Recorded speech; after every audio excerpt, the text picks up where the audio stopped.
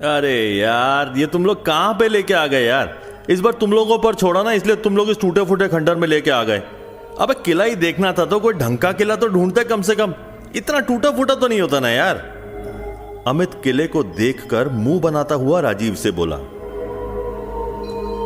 मेरे भाई, अच्छे भले किलों में तेरी इच्छा पूरी नहीं हो पाती। पहली बात तो वहां पे सिक्योरिटी बहुत टाइट होती। अबे बहुत सर्च मार के मैंने इस किले का पता लगाया है, और खास बात यह किला भूतिया है जिसमें सिक्योरिटी बिल्कुल नहीं। यहां पर हम लोग रात भर आसानी से घूम सकते हैं। और उससे भी ज्यादा इंटरेस्टिंग बात बताऊं, कहते हैं यहां पर हर अमावस्या को मौत का तांडव होता है। राजीव बोला, ओ तेरी, मेरी मम्मी ने ना आज सुबह ही अमावस के लिए पंडित जी की थाली निकाली थी। इसका मतलब अमावस आज है, विनय बोला। चलो, इसका मतलब है आज कम से कम एक आधे भूत का सामना तो हो ही जाएगा। साला वरना खाली हाथ ही लौटना पड़ता यार। कहकर अमित जोर से ठाका मारकर हंस पड़ा और बाकी सभी उसके साथ हंसे। और अब सब अंदर चले गए। सबने अपनी अपनी पेंसिल टॉर्च जलाई और उसी के सहारे हर चीज को देखने लगे। किला जर्जर होते हुए भी बहुत शानदार था। साफ पता चल रहा था कि किसी जमाने में बेमिसाल रहा होगा। राजीव सबको किले की कहानी सुनाने लगा। कभी इस किले ने बड़े शानदार दिन देखे थे, पर फिर यहां का राजा अचानक युद्ध में हार गया और उसे बंदी बना लिया गया। जीतने वाले राजा ने बड़ी बेरहमी से ना सिर्फ राजा का बल्कि यहां की तकरीबन सारी प्रजा का कत्ल कर दिया। सिर्फ कुछ ही लोगों को छोड़ा उसने, ताकि उन्हें वो अपनी चाकरी में लगा सके। लेकिन उनका भी इतना बुरा हाल कर दिया उसने कि अगर वो मर जाते तो शायद बेहतर होता उनके लिए। और अब जीतने वाले राजा ने इस किले में रहना चाहा, तो एक एक करके होते हादसों ने और लोगों के साथ हुई भयानक घटनाओं ने उसे समझा दिया कि जिन लोगों को उसने बेरहमी से मारा था वो अभी तक यहीं हैं। अस्वाभाविक मृत्यु के कारण किसी की गति नहीं हुई थी। डर के मारे राजा ने किला छोड़ने का निश्चय किया, परंतु जाने से पहली रात ही उसके और उसकी पूरी सेना के ऊपर किसी ने आक्रमण कर दिया। आक्रमण बाहर से नहीं बल्कि किले के अंदर से हुआ था। कहते हैं उस रात इतना शोर मचा कि सुनने वालों के कान बहरे हो गए। राजा और उसके साथियों की चीखें दूर दूर तक सुनाई दी। वो रात अमावस की रात थी।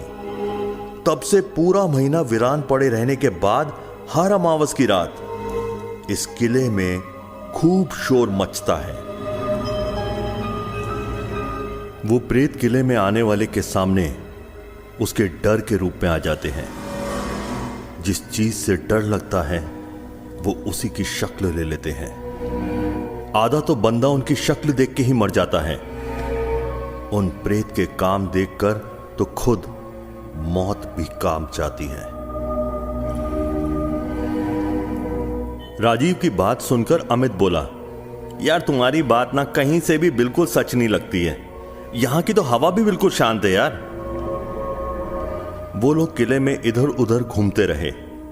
तभी उन्हें एक बंद कमरा सा दिखा। जाने किले के अवशेषों के बीच में यह कमरा कैसे सही सलामत रह गया। दरवाजे पर सांकल लगी थी और ऊपर से एक रस्सी लिपटी हुई थी। विनय ने जेब से एक छोटा सा चाकू निकाला और उससे रस्सी काट दी। जब उसने रस्सी को अच्छे से टॉर्च की रोशनी में देखा तो वो रस्सी नहीं, मौली थी। विनय ने उसे चाकू के साथ ही अपनी जेब में वापस डाल दिया और कमरे की सांकल खोल दी। तीनों धीरे धीरे से उस कमरे में घुसे और टॉर्च की रोशनी से सब कुछ देखने लगे। कोने में एक जर्जर सा संदूक पड़ा था। राजीव ने आगे बढ़कर उस संदूक को खोल दिया। संदूक खोलते ही जोर जोर से चिल्लाने की आवाजें आने लगी।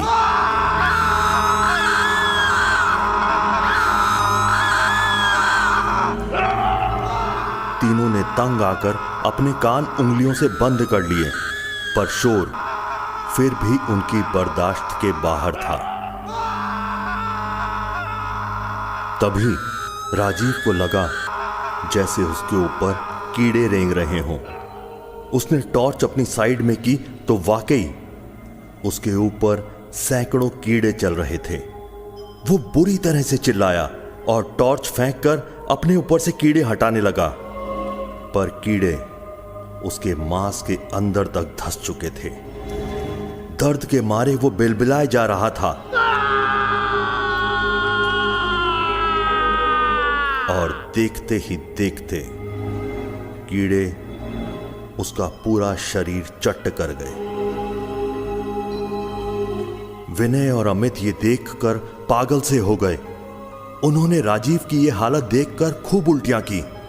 वो उल्टे पांव कमरे से बाहर निकलने के लिए दौड़े, पर वहां कोई दरवाजा नहीं था। लेकिन वो तो दरवाजे से अंदर आए थे। तभी अमित की निगाह जमीन पर गई। राजीव के हाथ से गिरी टॉर्च से पूरी जमीन सांपों से भरी हुई दिख रही थी। अमित को सांपों से बहुत डर लगता था। उसकी घिघी बंद गई। देखते ही देखते अमित को सांपों ने पूरी तरह से लपेट लिया और धीरे धीरे उसके शरीर को कसते चले गए। अमित के शरीर की हर हड्डी की चटकने की आवाज विनय को सुनाई दे रही थी। चीखों से गूंजते किले में अमित की चीखें साफ सुनाई दे रही थी। अमित का मृत शरीर जैसे ही धरती पर गिरा, वैसे ही विनय ने अपने होश खो दिए। उसका दिल और दिमाग अब कुछ और सहन नहीं कर सकता था। धीरे धीरे पूरी रात बीत गई और किला खामोश हो गया। सूरज की रोशनी विनय के मुंह पर पड़ती है तो उसकी आंखें खुल जाती हैं। वो इधर उधर देखता हुआ सोच में पड़ जाता है। तभी उसकी आंखों के आगे रात की सारी घटनाएं एक एक करके दौड़ जाती हैं। वो डर के मारे खड़ा होता है और दरवाजे से बाहर की तरफ भाग निकलता है। किले से बाहर निकलते ही वो दरवाजा फिर से गायब हो जाता है। विनय बगैर रुके भागता चला जाता है।